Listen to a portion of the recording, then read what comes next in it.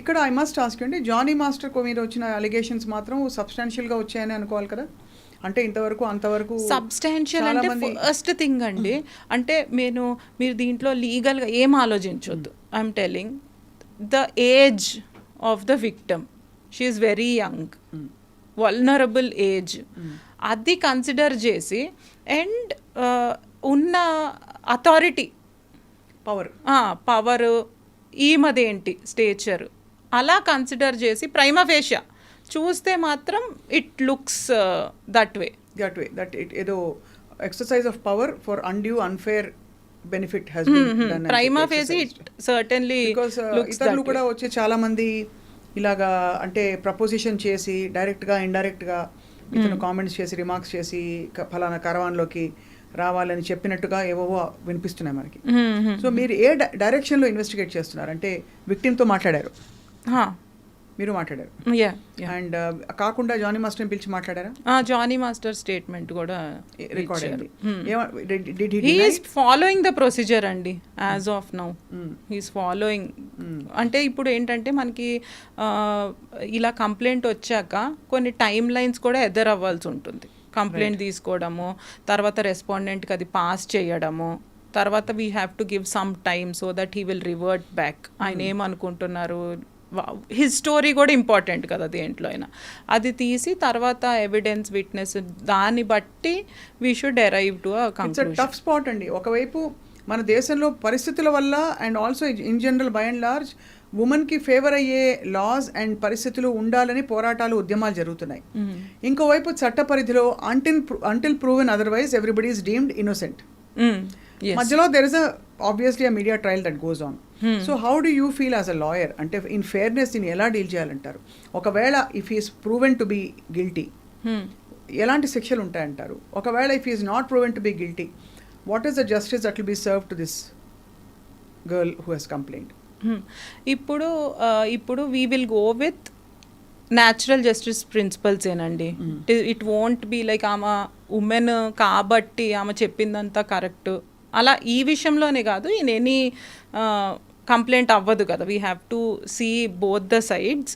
ఇప్పుడు ఇది fake allegation కాకుండా what you are saying is Jani మాస్టర్కి ప్రూవ్ అయినాయి ఎలిగేషన్స్ అన్నీ కరెక్టే అయితే what we can do is దాంట్లో ఎన్ని ఎలిగేషన్స్ కరెక్ట్ అవన్నీ చూసుకోవాలి. చూసుకుని ఆయన్ని బ్యాన్ చేయడం, సస్పెండ్ చేయడము లాంటివి చేయాల్సి ఉంటుంది. అండ్ అలానే ఎనీ పెనల్టీ, కాంపెన్సేషన్ ఇప్పించవచ్చు విక్టిమ్కి.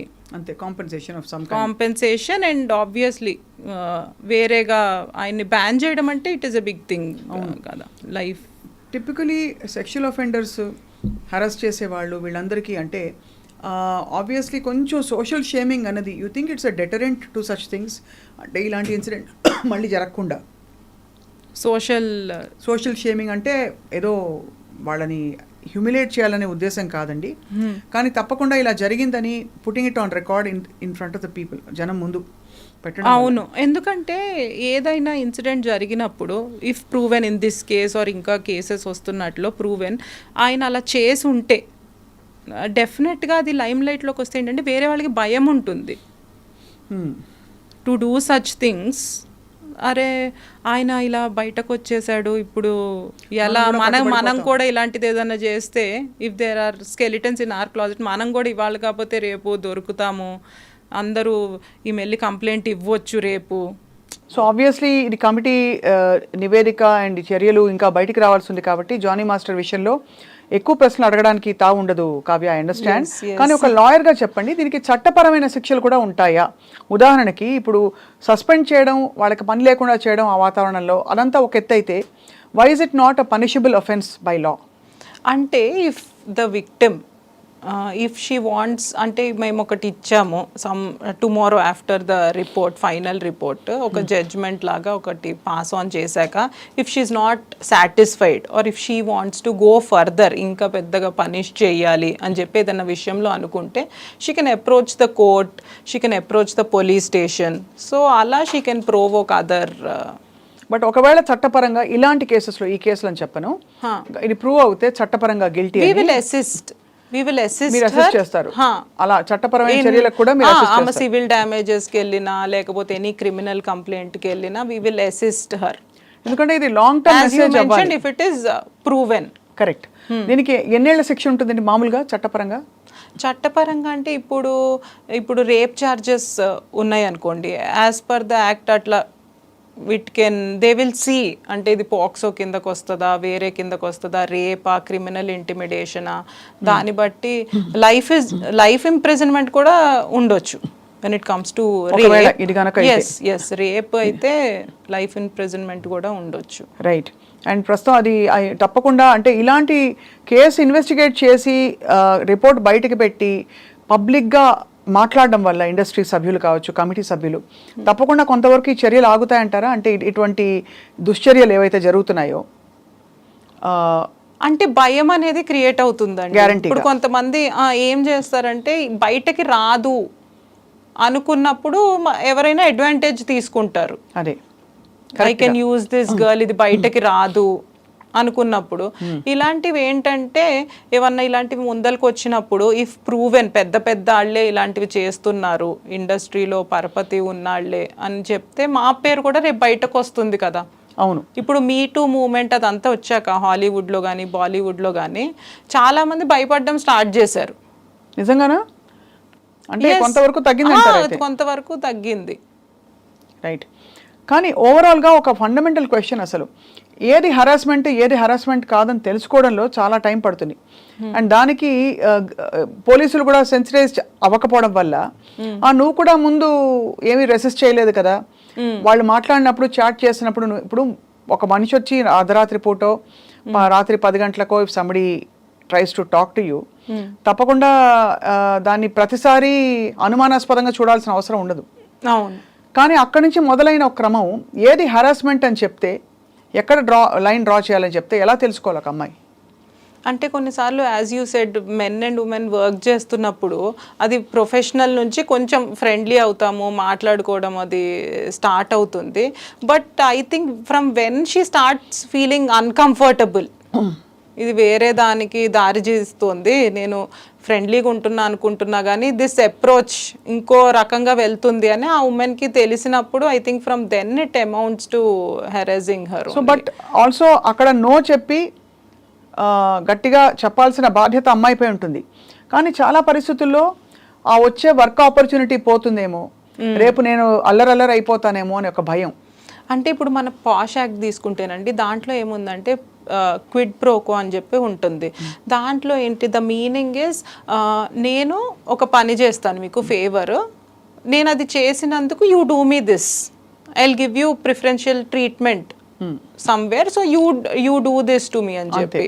అది ఏమవుతుందంటే అది కన్సెన్షువల్ అయిపోయి నోబడీ కెన్ సే మరి ఇంకా హెరాస్మెంట్ ఏముంది, ఇది ప్రామిస్ చేస్తేనే కదా యూ కేమ్ ఫార్వర్డ్, నిన్నేమీ హెరాస్ చేయలేదు కదా, నీకు ఈ ఆపర్చునిటీ కావాలి, ఈ ప్రివిలేజ్ కావాలి, లేకపోతే ఈ ప్రాజెక్ట్ కావాలి, అందుకనే కదా నువ్వు ముందరకు వచ్చి అంతమంది అమ్మాయిలు ఉన్నారు నిన్నే ఎందుకు తీసుకోవడానికి యూ డిడ్ దట్. అలా కొంచెం జనరలైజ్ చేస్తుంటారు. యాజ్ యూ సెడ్ సెన్సిటైజేషన్ లేకపోతే ఏమవుతుందంటే ఇలాంటివి కామనే కదా, ఏముంది ఆ అమ్మాయి కూడా ముందరకు వచ్చింది కదా అంటారు. బట్ అది కూడా సెక్షువల్ హెరాస్మెంటేనండి. It is mentioned in the act itself. And as you said 2 things ఉన్నాయి దీంట్లో. ఒకటి, ఇది చేస్తే ప్రిఫరెన్షియల్ ట్రీట్మెంట్ ఇస్తా నీకు, I take you to places, positions, membership ఇస్తా, లేకపోతే నిన్ను పైకి నెట్టేస్తాను, లైక్ కాంట్ బి అన్నారు అనుకోండి, then that is also sexual harassment only. What she deserves ఇవ్వకుండా చేసినా it amounts to that. Right. So ఓవరాల్గా అయితే క్లియర్ గైడ్ లైన్స్ అయితే ఉన్నాయి. మరి ఆడపిల్లల్ని ఇన్ వేరియస్ ఇండస్ట్రీస్ సెన్సిటైజ్ చేయడానికి ఏం చేయాలంటారు? To put your foot down and say no, no is a no అని. అంటే బేసిక్గా జెండర్ సెన్సిటైజేషన్ కావాలండి మనకి. మనము హేమా కమిటీ గురించి మాట్లాడుకున్నా, ఇప్పుడు అలానే పాష్ మీరు అన్నారు గైడ్ లైన్స్ వాటి గురించి మాట్లాడుకున్నా, అవి ఏం చెప్తున్నాయి అంటే ఇప్పుడు బాగా క్లియర్గా కనిపించే ప్లేసెస్లో, వర్క్ ప్లేస్లో ఇట్లా ఒక కమిటీ ఉంది అని తెలియజేయడం. ఎందుకంటే చాలామందికి తెలియదు. ఇప్పుడు when I speak to people in the corporate, మా ఫ్రెండ్స్కి కూడా ఇలా ఒకటి ఉంటుందని తెలియదు. దో ఇట్ ఈస్ మ్యాండేటరీ, ఎవరంత ఫాలో అవ్వడం లేదు. Right.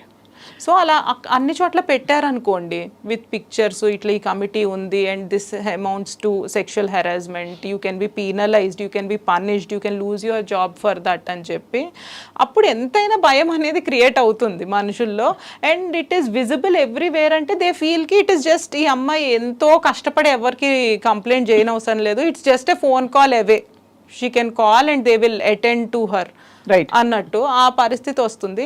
At the same time gender sensitization ఎందుకు చెప్పానంటే మనకి పేట్రియార్కల్ సొసైటీ కాబట్టి మనం కొన్ని విషయాల్లో కండిషన్ అయిపోయాము. అదే ఇప్పుడు మీకే ఇప్పుడు జెండర్ రోల్స్ మనం అనుకున్నా కూడా ఇప్పుడు గైనకాలజిస్ట్ అంటే ఉమెన్, పోలీస్ అంటే మ్యాన్, అలా మనము మైండ్లో రోల్స్ అంటే this is a small thing but అలా ఫిక్స్ అయిపోయాం. మన నెక్స్ట్ జనరేషన్లో కూడా అదే మోడ్లో ఉంటే what we are trying for is equality. అవును, ఆ ఈక్వాలిటీ ఎప్పుడు అచీవ్ అవుతాము? మన మైండ్ సెట్లోనే మనం ఉమెన్ ఈ రోల్స్కే రెస్ట్రిక్టెడ్, ఈ జెండర్ ఈ రోల్స్కే రెస్ట్రిక్టెడ్ అని పెడితే మనం దానికి వెళ్ళలేము. So the sensitization should start from there. Correct. And at the same time being chivalrous, as you said, కర్టసీగా ఒకటి చేయడము, formality, being nice to your colleague is different, at the same time harassing is different. ఆ line కూడా మనం తెలియజేయాలి. If it is somewhere ఒక కాలేజెస్లో జరుగుతున్నాయి అంటున్నారు, నిన్న ఒక ఇన్సిడెంట్ చూసాను, I don't know the details, that telling hostel వార్డెనే ఏదో చేశారు అని చెప్పి. మనకేంటంటే చిన్నప్పటి నుంచి పెద్దవాళ్ళు ఒక అథారిటీ వాళ్ళు ఉంటే మనము తలొంచుకుని ఉండాలి అని చెప్పబడటం వల్ల కూడా తొందరగా రిటాలియేట్ అవ్వరు, రెబెల్ అవ్వరు, పేరెంట్స్ కూడా చెప్పరు. In general from home also it starts కదా. సో ఈ జెండర్ సెన్సిటైజేషన్ క్యాంపెయిన్స్ అనేవి చెయ్యాలండి. అంటే నాట్ హెక్సేక్ ఏదో చేసాము మనం మ్యాండేటరీ కదా పాస్ట్ రూల్స్ మనము ఫాలో అయిపోయాము సో వీఆర్ గుడ్ అనుకోకుండా అది రెగ్యులర్గా, ఇప్పుడు ఎందుకంటే ఎంప్లాయీస్ వస్తూ ఉంటారు కదా ఆర్గనైజేషన్లో, so they don't know, so అలా అవేర్నెస్ ఎన్లైటన్మెంట్ చేస్తే. అంటే సుప్రీం అథారిటీ ఉన్న పరిస్థితుల్లో అండి పురుషుడికి చాలా లోవర్ క్యాడర్స్లో ఉండే అమ్మాయిలు ఒకవేళ ఇలాంటి ఫేస్ చేసినా వెళ్ళి కంప్లైంట్ చేయడం చాలా కష్టం అవుతుంది. ఇప్పుడు ఫర్ ఎగ్జాంపుల్ మలయాళం ఇండస్ట్రీలో కూడా పెద్ద పెద్ద వాళ్ళ పేర్లు బయటకు వచ్చాయి. ఇప్పుడు పెద్ద హీరోలు ఇన్వాల్వ్ అయి ఉన్నారనుకోండి, suppose you know in incidents where for example ఇంటర్వ్యూస్లో కొంతమంది చెప్పారు హీరోయిన్స్గా వాళ్ళు వెళ్ళినప్పుడు అవుట్డోర్ షూటింగ్కి వెళ్తారు, షూటింగ్ కాల్ షీట్ అయ్యాక వాళ్ళు నిద్రపోతారు, అర్ధరాత్రి వచ్చి 2 గంటలకి హీరో దబా తలుపులు బాదిన సంఘటనలు చెప్తారు. అది అందరికీ అలా జరగకపోవచ్చు, అందరూ హీరోలు అలా చేస్తారని కూడా కాదు, బట్ అలా జరిగినప్పుడు అతనికి ఉండే పవర్ అండ్ అథారిటీ, ఇప్పుడు అతను ఉద్యోగం తీసి ఎవరు తీస్తారు, ప్రొడ్యూసర్ నష్టపోతాడు, తీడు. ఇలాంటి పరిస్థితుల్లో ఒక నామ్స్, కొన్ని unwritten norms, this is okay, వీళ్ళ వరకు ఓకే, వాళ్ళకి ఎలా చెప్తాము అనే కొన్ని డెలికసీస్ వస్తాయి. దాన్ని ఎలా డీల్ చేయాలంటారు ఆన్ క్లోజింగ్ నోట్? అవి ఇప్పుడు అందరం అవేర్నెస్తో ఉన్నాం అనుకోండి, ఎవరికి భయం వేయాలి, అథారిటీ భయం ఒక్కటే కెన్ డూ దిస్. అదే భయం ఒక్కటి. అండ్ మనం ఏ ఎగ్జాంపుల్ సెట్ చేస్తున్నాం, మనం అనుకున్నట్టు ఇప్పుడు మనము ఇక్కడ కూర్చున్నాము, మనకి పిల్లలు ఉన్నారు, వాళ్ళకి ఒక మ్యాన్ మీ బాసే అనుకోండి పర్సే వచ్చి మిమ్మల్ని ఏదో క్యాజువల్గా హేట్రా అట్లా వర్క్ ప్లేస్లో అలా పిలవడము, లేకపోతే చిన్న చూపు చూడడం, ఏదో జోక్ క్రాక్ చేయడం, అబ్బా అంతే నట్ హెడ్ అట్లా క్రాక్ చేయడం అలా అలవాటు అయిపోయింది. He will do the same no in his work place. అదే not just sexual, non sexual also. First ఆ చిన్న చూపు అనేది స్టార్ట్ అవుతుంది కదా. అవును, ఎవరైనా ఏదైనా హెరాస్మెంట్ చేయాలంటే అవతల వాళ్ళ మీద చిన్న చూపు ఉండాలి, వీళ్ళు మనకి అగేన్స్ట్ రారు అని ఉండాలి, లొంగే సిచ్యువేషన్ ఉండాలి. సో అలాంటిది మనం ఈ అవేర్నెస్ ద్వారానే తీసుకురావచ్చు. అండ్ ఉమెన్ కి కూడా వాళ్ళ రైట్స్ గురించి తెలియకపోవడం కొన్నిసార్లు, అది మెయిన్. మంచి మాట అన్నారు మీరు. అట్ వాట్ కాస్ట్ అని తెలియాలి. If I want to continue this project at what cost, what am I giving up, నా డిగ్నిటీకి నేను నిలబడి ఒకవేళ రేపటి రోజున మీరు అన్నట్టు అందరూ సెన్సిటైజ్ అవ్వాలి. కావ్య గారు, పోలీస్ డిపార్ట్మెంట్ లో కంప్లైంట్స్ ఇచ్చినప్పుడు కూడా సెటిల్ చేసుకోండి, నువ్వు మంచి ఫ్రెండ్షిప్ చేస్తావు కదా, ఫస్ట్ నువ్వు బాగానే ఉన్నావు కదా, ఇప్పుడు ఎందుకు తలెత్తు ఇలా అంటున్నారు.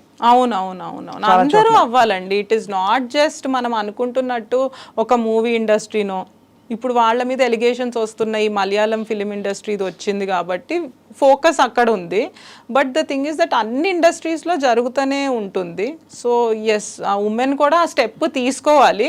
అలా మీరు అన్నట్టు పోలీసులు కూడా they also need gender sensitization. వాళ్ళకి ఎలా డీల్ చేయాలో ఆ కంప్లైంట్, ఏం క్వశ్చన్స్ అడగొచ్చు, ఏం క్వశ్చన్స్ అడగకూడదు అని ట్రైనింగ్ ఉండాలి వాళ్ళకు కూడా. ఇన్ఫాక్ట్ పెద్ద పెద్ద వాళ్ళ చేత ఇవి డ్రాఫ్ట్ చేయించాలి ఈ నివేదికలు. Please in Wake of the new ఇప్పుడు మొన్న అయిన ఇన్సిడెంట్ వల్ల ఇటువంటిది మన ఇండస్ట్రీకి కానీ మన వర్క్ ఎన్వైరన్మెంట్కి కానీ ఒక మచ్చ రాకుండా దయచేసి మీరందరూ ప్లీజ్ గౌరవప్రదంగా బిహేవ్ చేయండి, హరాస్ చేయకండి అని చెప్పి ఒక నోటీస్ సర్క్యులర్ పంపించాలి అందరూ.